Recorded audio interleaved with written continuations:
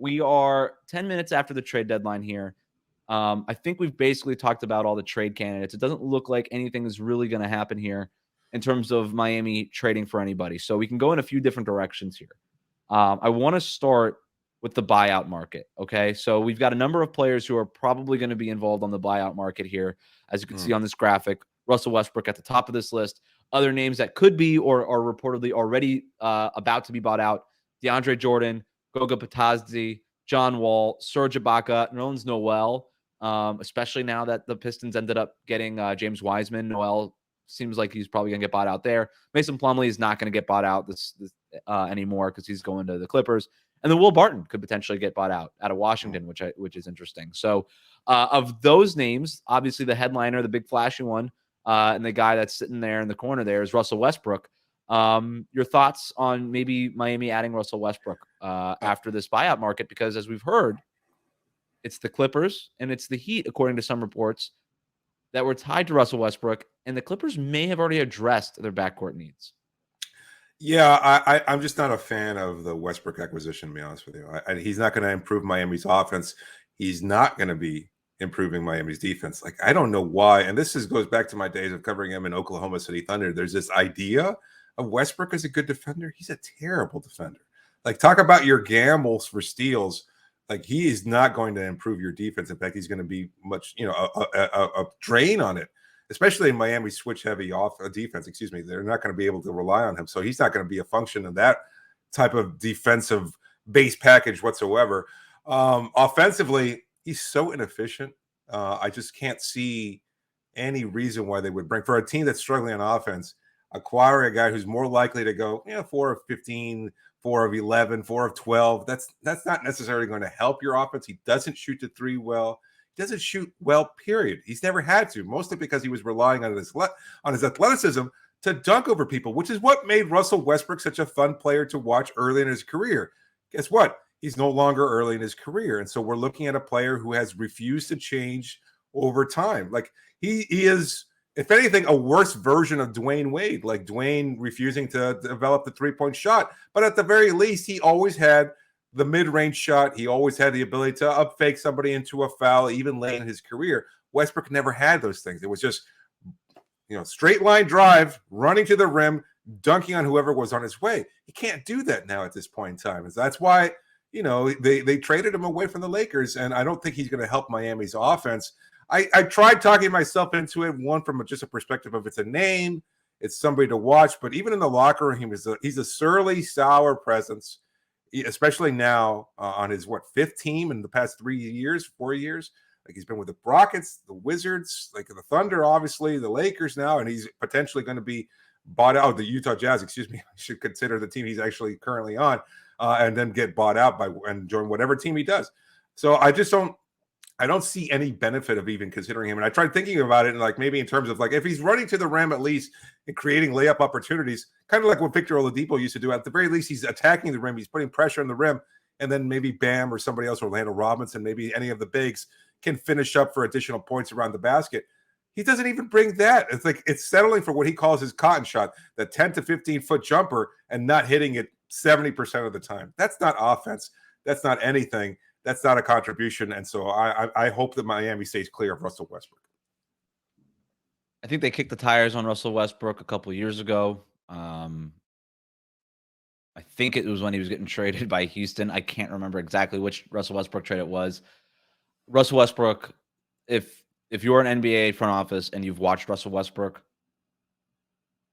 I don't know why you would sign him at this point, halfway through the year. It's that bad with him. Defensively, he's a negative. He's to your point, he's not doing anything out there. He barely tries.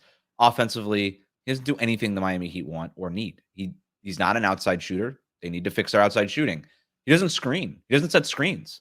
Yeah. The Heat have all of their guards screen. Miami's staple action is the splash action, where they have one guard set that baseline screen for another guard in the corner.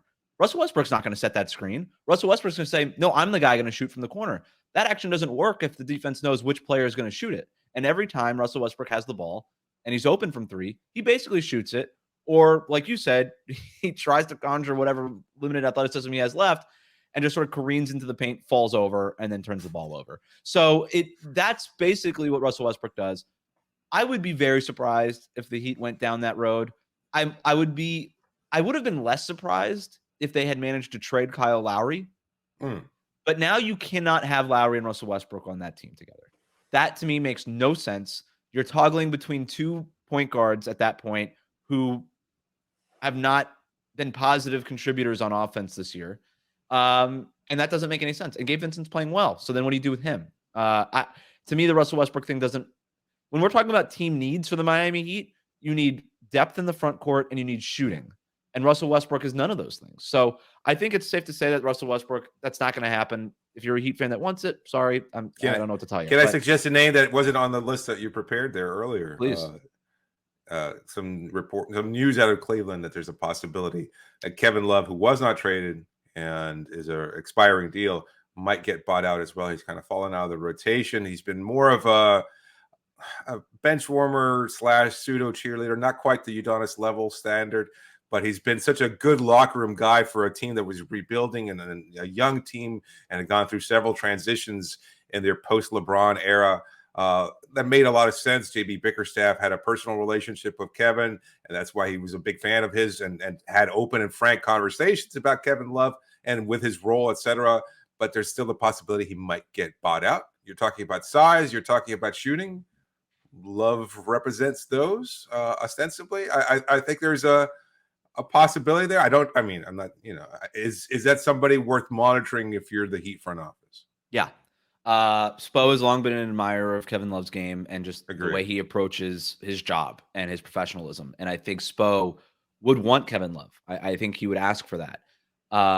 Kevin Love's probably more of a 5 these days, but if you play him next to Bam Adebayo, who's to say who's doing what, right? Yeah. Bam Adebayo is versatile enough. He could make whatever matchup work. Is he a perfect fit? No, he's not. He's out of the rotation in Cleveland for a reason, but he could stretch the floor. He hasn't lost his shooting stroke. Defensively, there are concerns, but I'll go back to what I said. What do the Heat need? They need 3-point shooting and size in the front court. Kevin Love can shoot the ball, and he is a large human. And so we're talking about buyout candidates here. And if it's for free, you could do worse. And he won't cause any – he'll be welcomed in that locker room. He will be well-liked in that locker room. And that's a big thing too. So if Kevin Love is bought out, and you mentioned the report, do you remember who reported it? I think it was Matt Moore, who was a recent guest of the show. He was. So Matt Moore knows what's up. So if that's something that they can agree on between Kevin Love and the Cleveland Cavaliers, that makes a lot of sense. And by the way, Kevin Love's been out of the rotation for a while in Cleveland. So maybe, and he's in the final year of his contract. So it feels like maybe things were going this way anyway, right? And I don't think that there were any viable Kevin Love trades out there to move that $30 million contract. So if he gets bought out, makes $15 million off the buyout or whatever it is at this point, prorated at this point in the season, and the Heat have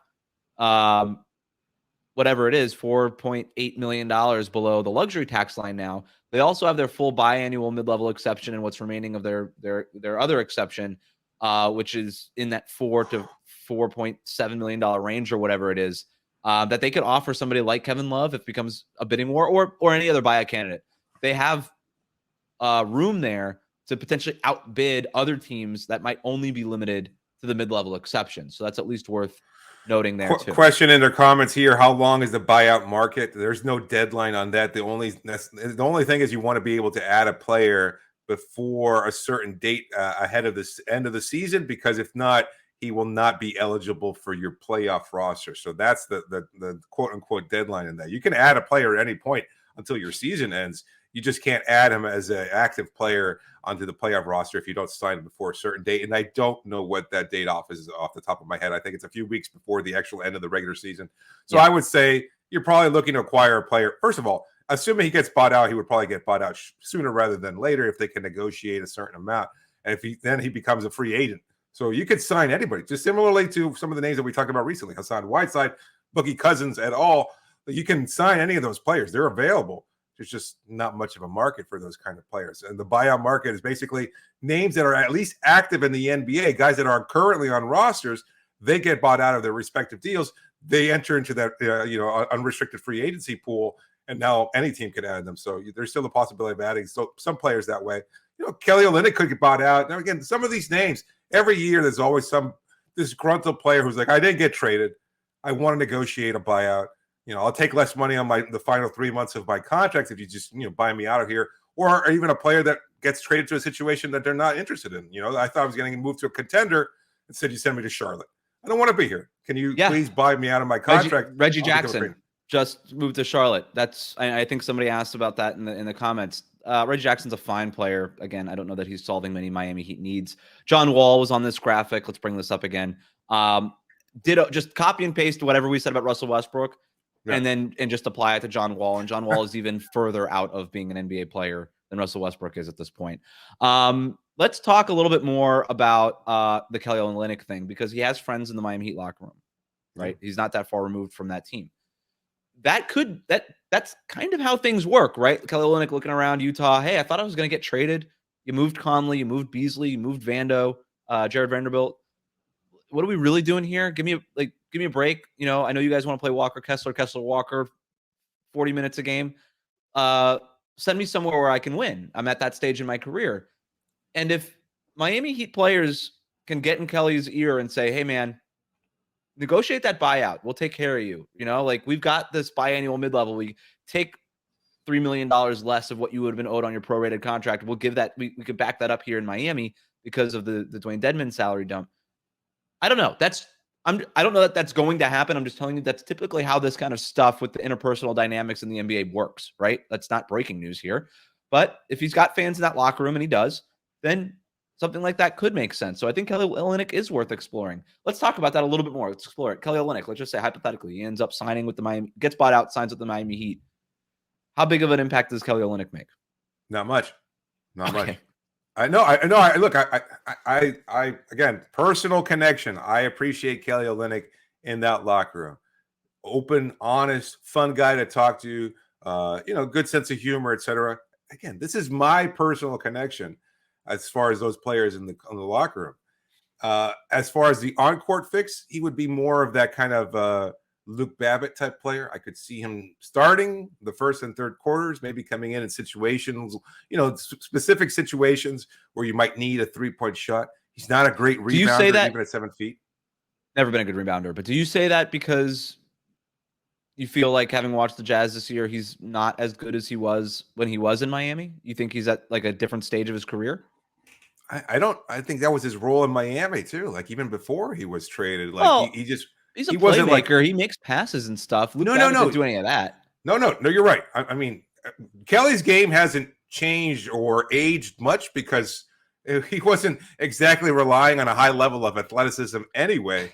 So I think he's still a 3-point shooter. He's still a smart player as far as the dribble handoffs and things of that sort. The Kelly keeper, we're not going to see that much. He's not. We didn't see it much to begin with. There was a lot of fun on the occasional play, but you saw it maybe once every 4 or 5 games, and it was fine. Again, he's not driving to the rim with any kind of power or anything like that, or speed, where he's just going to, the defense is going to be like, well, I didn't even see that coming. So, he's a fine addition.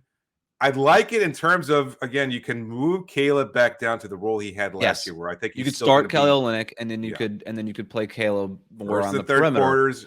That's why possessions here and there. I like the Kelly Olynyk idea. It's not going to bring the Heat back to the finals if you add Kelly Olynyk. That's not. Quick question: Kelly or Plumlee? Kelly. I think he fits a better need than Plumlee. First of all, Plumlee's not getting bought out.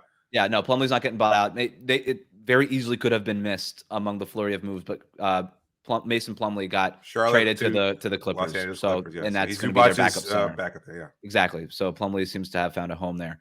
How about this? Kelly Olynyk or Kevin Love?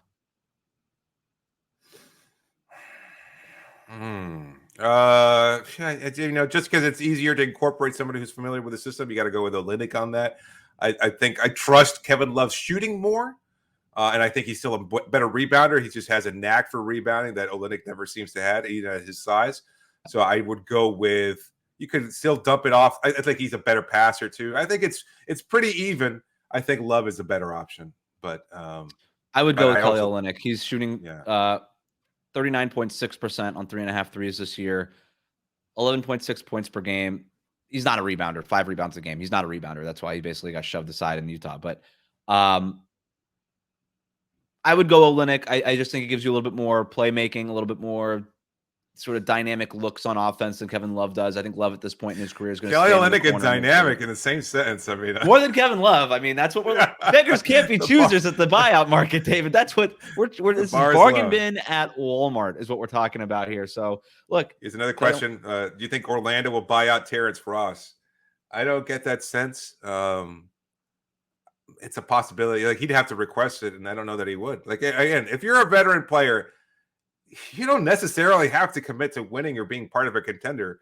You know, he was part of a bad Raptors team. Now he's been a part of a bad Magic team for the past few seasons. Like, he's happy there. I think he's happy collecting his checks and buying his comic books and living a good life, a better life than most of the people watching this video or even hosting this video right now. So I think, you know, I think there's no incentive for him to say, I really want to leave the Orlando Magic, as long as he can continue collecting his money. Now, assuming the Magic say, look, we'll give you every cent of your contract and you could just buy it out so you can explore other options. If that's the case, then yeah, I'm sure he'd love to join. And let's be clear. I mean, what if the reason Terrence Ross would seek a buyout would be to join a winning team? And I'm not saying that the Heat aren't, but Terrence Ross is a valued player. He's a respected player across locker rooms across the NBA.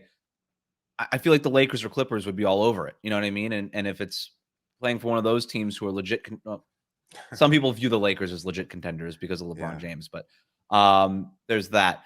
One other buyout name that I want to I want to bring up here is Nerlens Noel. Okay.